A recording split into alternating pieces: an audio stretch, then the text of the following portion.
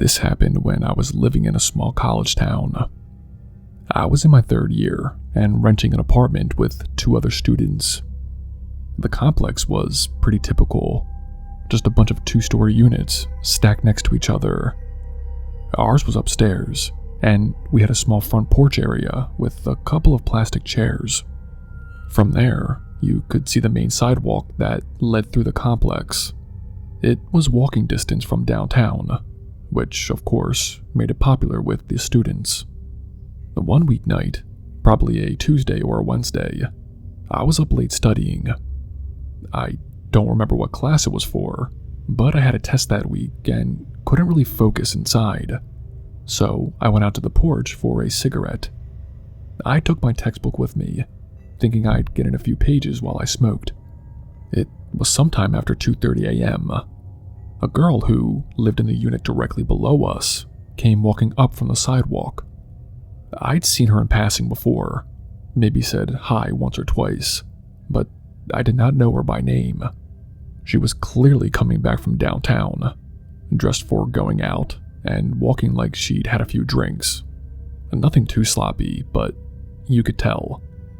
She got to her door and fumbled with her keys for a second, then went inside. Not even 30 seconds later, this guy appeared. I hadn't seen where he came from. Just suddenly, he was walking straight up to her door. He knocked.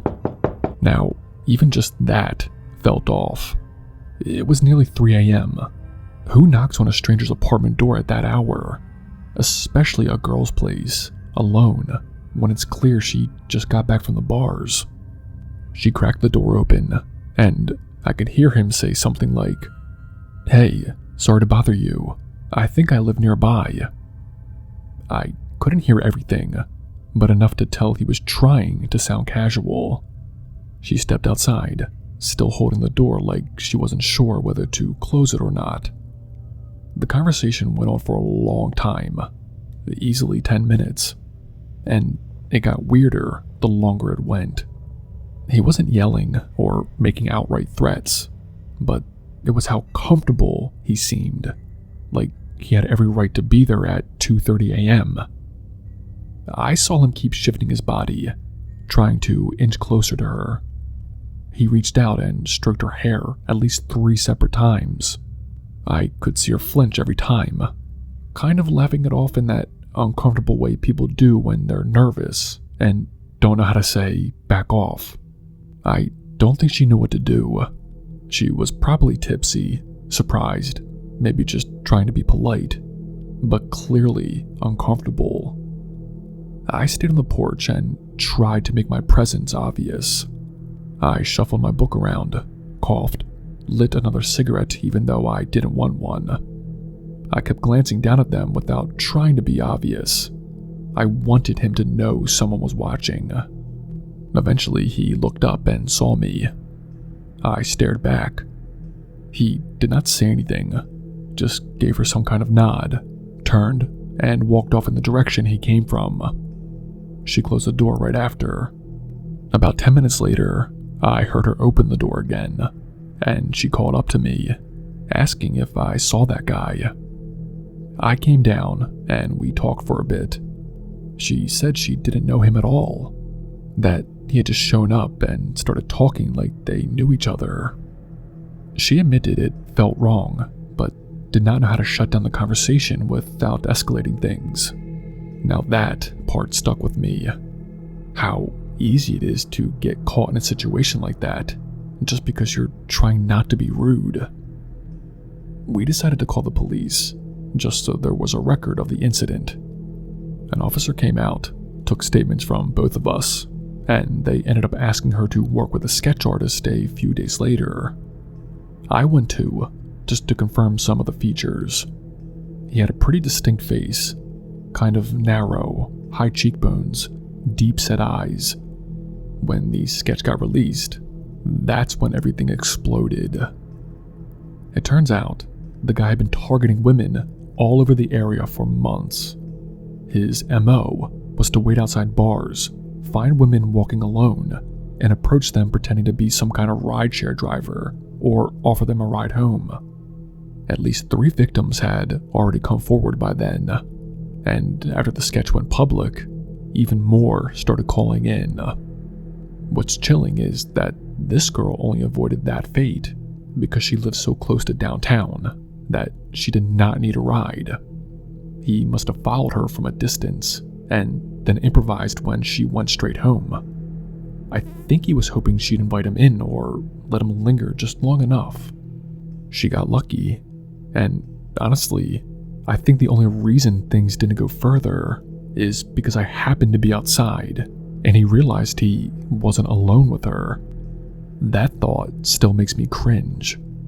I don't know what happened to him after the arrest, but I do know the police said that our call and that sketch ended up helping build the case that finally got him.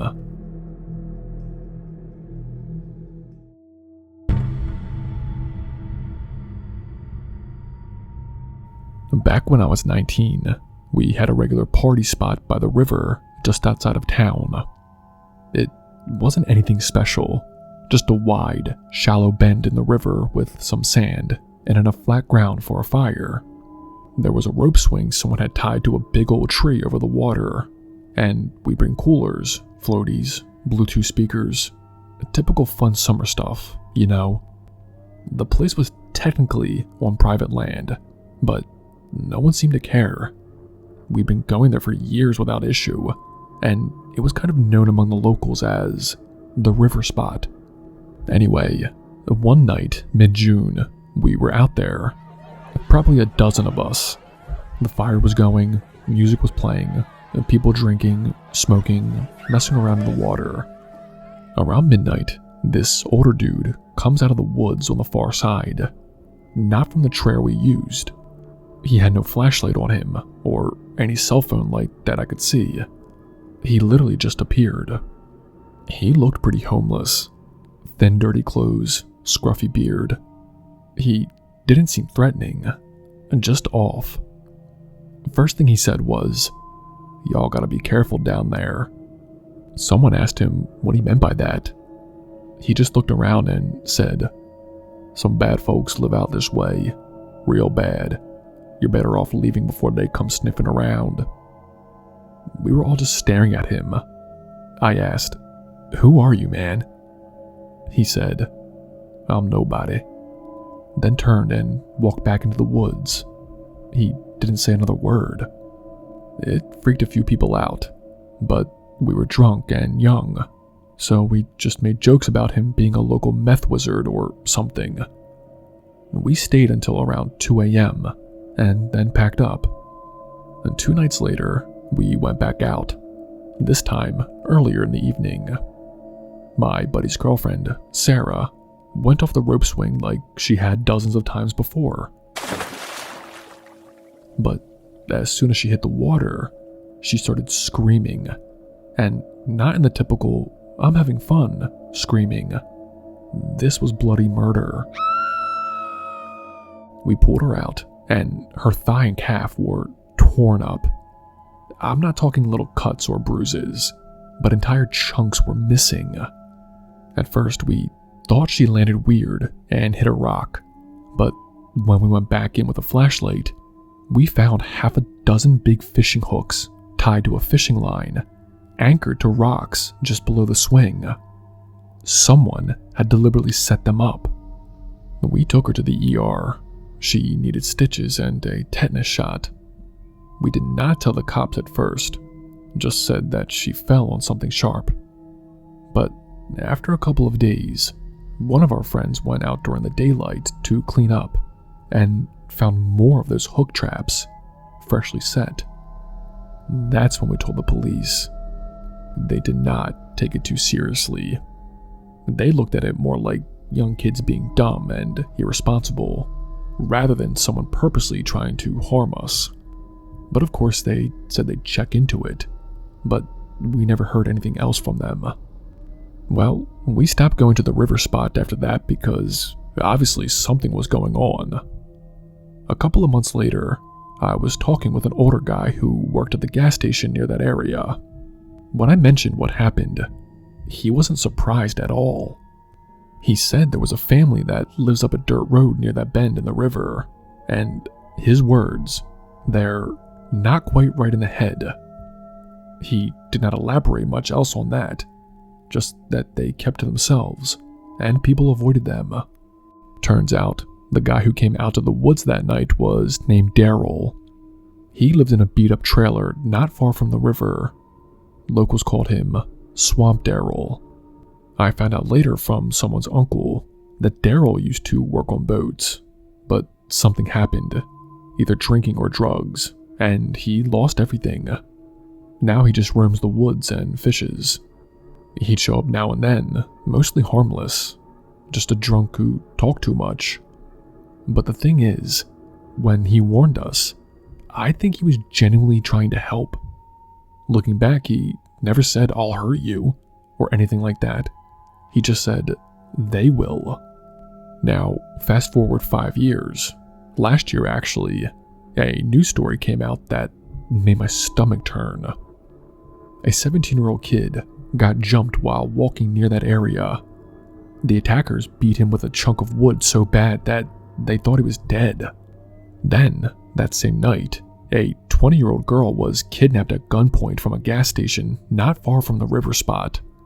She managed to escape when they stopped for gas an hour away, and she ran inside screaming.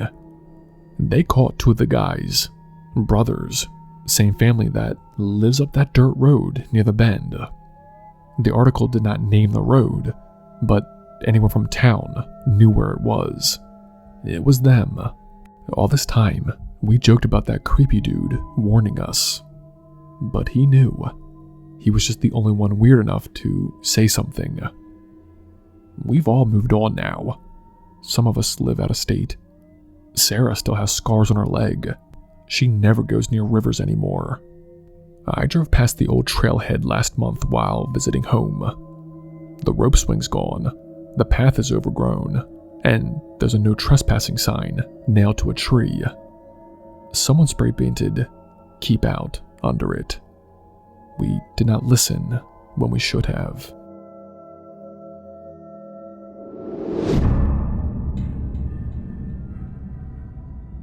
I grew up in North Dakota, which is rural as hell. Not a lot to do back then, especially when I was in high school. Around my junior year, a few friends and I got into this weird little hobby of researching old murders and disappearances in the county. There weren't many. North Dakota isn't exactly a crime capital, but it gave us something to do besides drink warm beer in someone's garage. Once we hit the end of the list, we started scouting old abandoned farmhouses. Just driving dirt roads, looking for telltale signs. A patch of trees where there shouldn't be one. Old ruts in the grass. A busted up mailbox post with nothing around. That's how we found the house. It was late October, cold enough to see your breath. 6 of us were packed into my buddy's Suburban, riding around outside of Rugby. We spotted a grave of trees, set in a weird square. They looked planted. That usually meant someone tried to break the wind for a house or barn. We drove across the field and, sure enough, there was a house tucked behind the tree line. 2 stories, farmhouse style. Nothing too remarkable, except that it didn't look that old. Maybe built in the late 60s or early 70s. The outside doors had padlocks, but they'd already been cut or rusted off. We stepped into the kitchen first. I remember we all sort of stopped at the same time. The table was set. I mean, fully set. Plates, bowls, silverware, glasses. Nothing broken or tipped over. I mean, it looked like someone had just walked away from a Sunday dinner. Which was weird because usually these places were trashed, vandalized, weathered, with animals. But this one, completely intact, just dusty. The fridge still had food remnants in it. Nasty stuff, clearly rotted years ago. Pantry was full of old canned goods. My one buddy found mail, postmarked June 1978. Another found a TV guide from that same summer, The cover was some weird article about UFOs. Family photos still hung on the wall. A mom, a dad, a son, and a daughter. They all had that washed out 1970s Polaroid tone. Nobody had packed anything. Closets still full of clothes. Room still arranged. No signs of cleanup or moving out. It wasn't just abandoned. It was like they were midlife and just gone. We were all creeped out, but also fascinated.